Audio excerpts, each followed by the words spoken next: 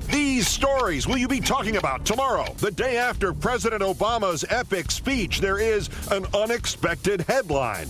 Let me tell you a story.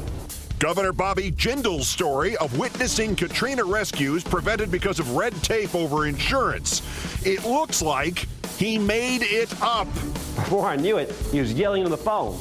Congressman Jindal is here, and he says you can come and arrest him too. Well, there he just told those voters, ignore the bureaucrats and go start rescuing people. And unfortunately, that was the best part of the Republican response. The reviews, sing-songy, childish. Fox News. Jindal didn't have a chance. Charles Krauthammer. A disaster for the Republican Party. David Brooks. I love Bobby Jindal, and that did not change after last night. Rush Limbaugh. So it's unanimous. Oh, and the reviews from 1,000 places on the internet? He's Kenneth the Page. Who told you that? Richard Wolff on the Obama-Jindal contrast and how the new GOP would deal with the economy with Paul Krugman. As he put it, the party of ideas has become the party of Beavis and Butthead. Senator Leahy's Truth and Reconciliation Commission. He announces a preliminary hearing, but Speaker Pelosi announces to Rachel that she has one big doubt. I don't think we should be giving them immunity. Putting the twit in Twitter. GOP Congressman Joe Barton's tweet, Aggie basketball game is about to start. For those of you that aren't going to bother watching Pelosi smirk for the next hour. Can the Republicans handle the new technology, or should they stick to the telegraph? And which of these dogs is the new first pooch? All that and more now on Countdown. You'd think they'd want to breed them bigger, wouldn't you, like grapefruits or watermelons?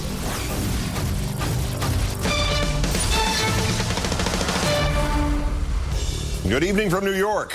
Hey, how about that Bobby Jindal speech, huh? Our fifth story in the countdown. Now that he's given a Republican response slammed by apparently all but one Republican, what's he going to do now? He's going to Disney World. Seriously, taking the family to Orlando. At least that's his story. And unfortunately, his story last night, the linchpin anecdote, apparently not true. Meet the Republican Party's new best hope to defeat President Obama in 2012. Sorry, Governor Palin. The 37-year-old governor of Louisiana, Bobby Jindal, adopting the mantle of something last night. He was already out on something of a limb as a Republican, seeming to cite the Bush administration's response to Hurricane Katrina as the reason not to trust President Obama on the economy now. But what he said next was more curious still. The governor telling a story about a purported visit to the office of Harry Lee, then the sheriff of Jefferson Parish, in the storm's immediate aftermath. During Katrina, I visited Sheriff Harry Lee, a Democrat and a good friend of mine. He told me that he put out a call for volunteers to come with their boats to rescue people who were trapped on their rooftops by the floodwaters. The boats were all lined up and ready to go. And then some bureaucrat showed up and told them they couldn't go out in the water unless they had proof of insurance and registration. And I told him, Sheriff, that's ridiculous. Before I knew it, he was yelling on the phone. Congressman Jindal is here, and he says you can come and arrest him too. Well, there he just told those voters, ignore the bureaucrats and go start rescuing people.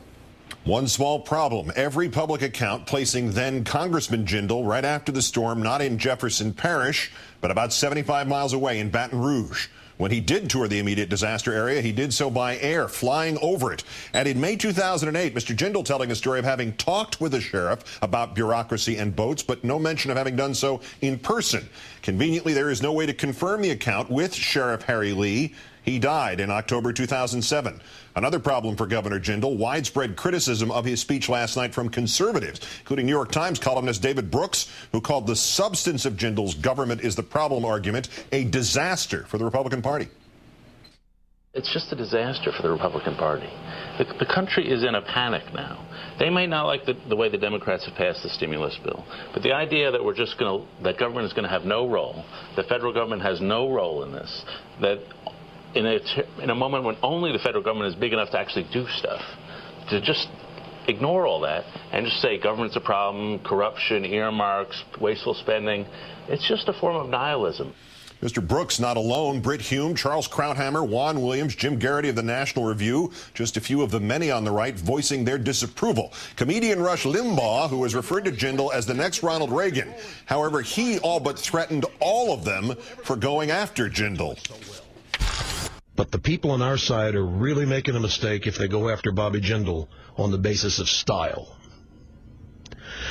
Because if you think, people on our side, I'm talking to you, those of you who think Jindal was horrible, you think, in fact, I don't want to hear from you ever again. If you think that Bobby Jindal was bad and what he said was wrong or not said well, fine, because, folks, style is not going to take our country back. Solid conservatism, articulated in a way that's inspiring and understanding, is what's going to take the country back. Well, now that Mr. Limbaugh has reduced the conservative movement to one guy, time now to call in our own political analyst, Richard Wolff. Good evening, Richard. Good evening, Keith. Did Mr. Limbaugh conflate there, style and substance? Because David Brooks was definitely going after the substance of Jindal's remark, the premise of his article. Others went after his style. But Limbaugh appeared to be defending both of these things when he said, if you think that Bobby Jindal was bad or what he said was wrong or not said well.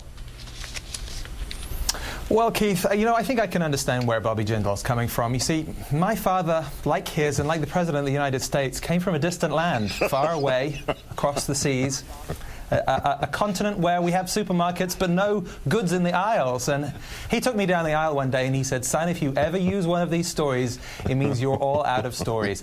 This wasn't just about substance. It wasn't just about style, even though the spiritual leader of the movement says it was just style. Look, the key story here, apart from the impoverished state that his father grew up in, the key story was about a government official, a sheriff, whose salary is paid for by the public purse, arguing with bureaucrats from a federal government run by a Republican president. None of it makes sense. There was, however, the element of style, which is part of politics, and one criticism that was so prevalent that it now has its own Facebook group is titled Bobby Jindal is Kenneth the Page, and there's more than 2,800 members here.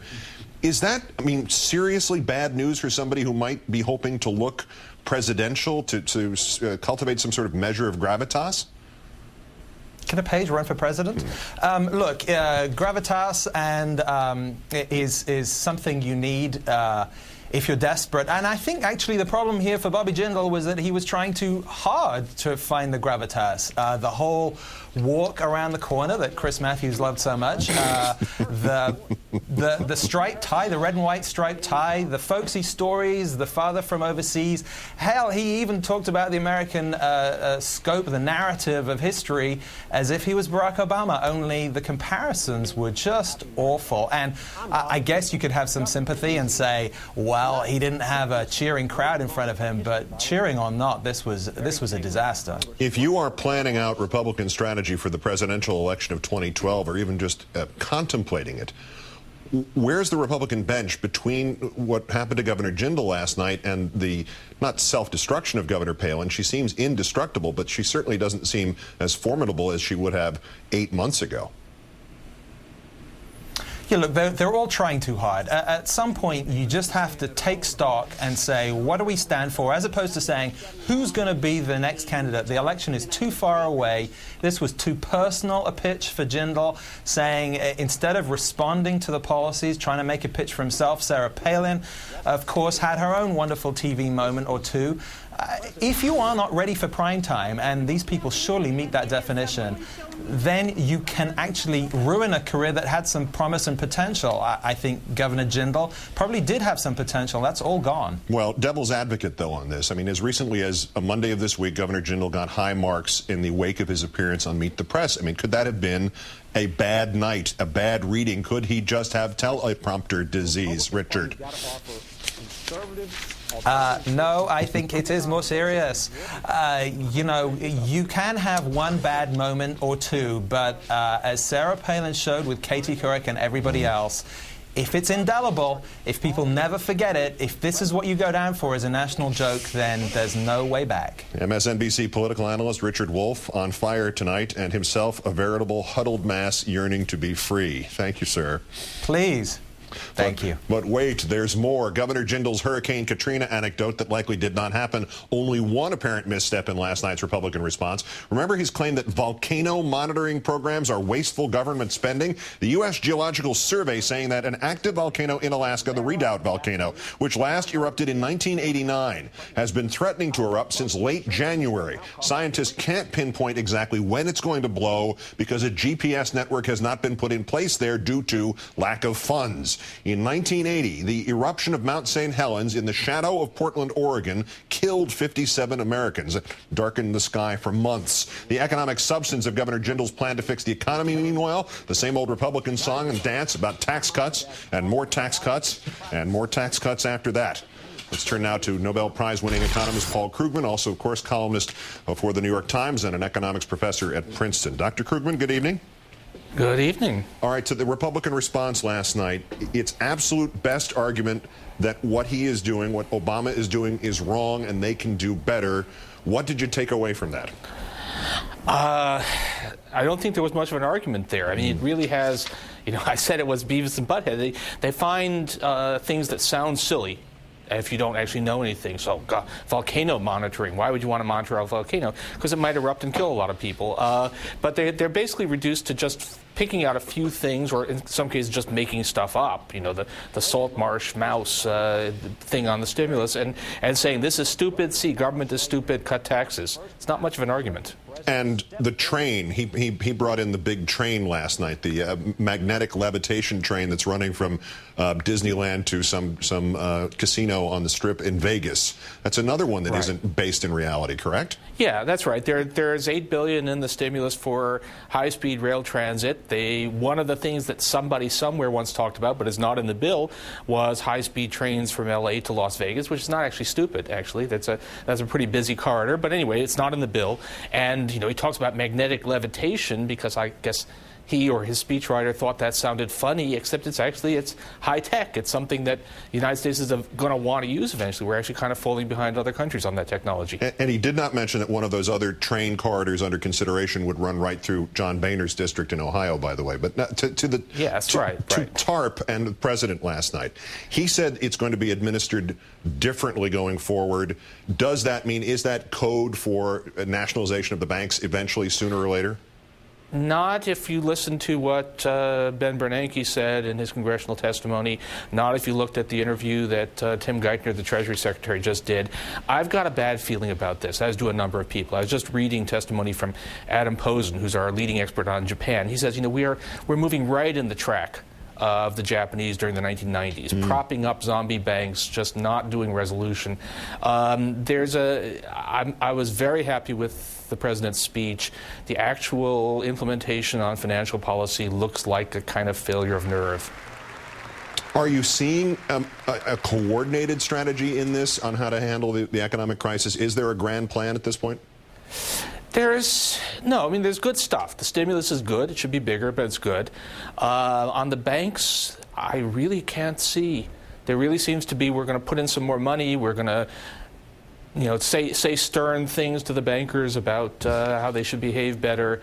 But if there's a strategy there, it's continuing to be a mystery to me and to everybody I talk to. Of all the mysteries of economics to us laymen, the idea that confidence is actually a tangible thing, that it is important for a president to, in fact, talk the economy up to the people who make the economy happen.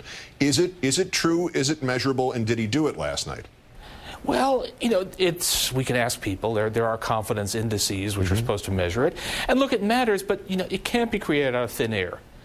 It is true that if you can have good fundamentals, you can actually have a good plan, but if you do a lousy job of selling it, panic can destroy it. This is why FDR, with his, fear itself speech mattered, because he actually had a plan to get the banks, bank holiday, all that, but he also needed to calm people down, which he did. But confidence by itself won't rescue you if you haven't got the fundamentals straight. If you really have banks that are deeply underwater, and you don't have an effective plan to fix them, then confidence is not enough. So that was a very encouraging speech. It sounded like a president who knows what he's talking about, but we need some more substance on the actual plans. And the premise of, as it has been the premise for presidents since at least Lincoln saw the Civil War as an opportunity to restructure the nation in some finer form, the idea of restructuring the economy in finer form, is it indeed an opportunity?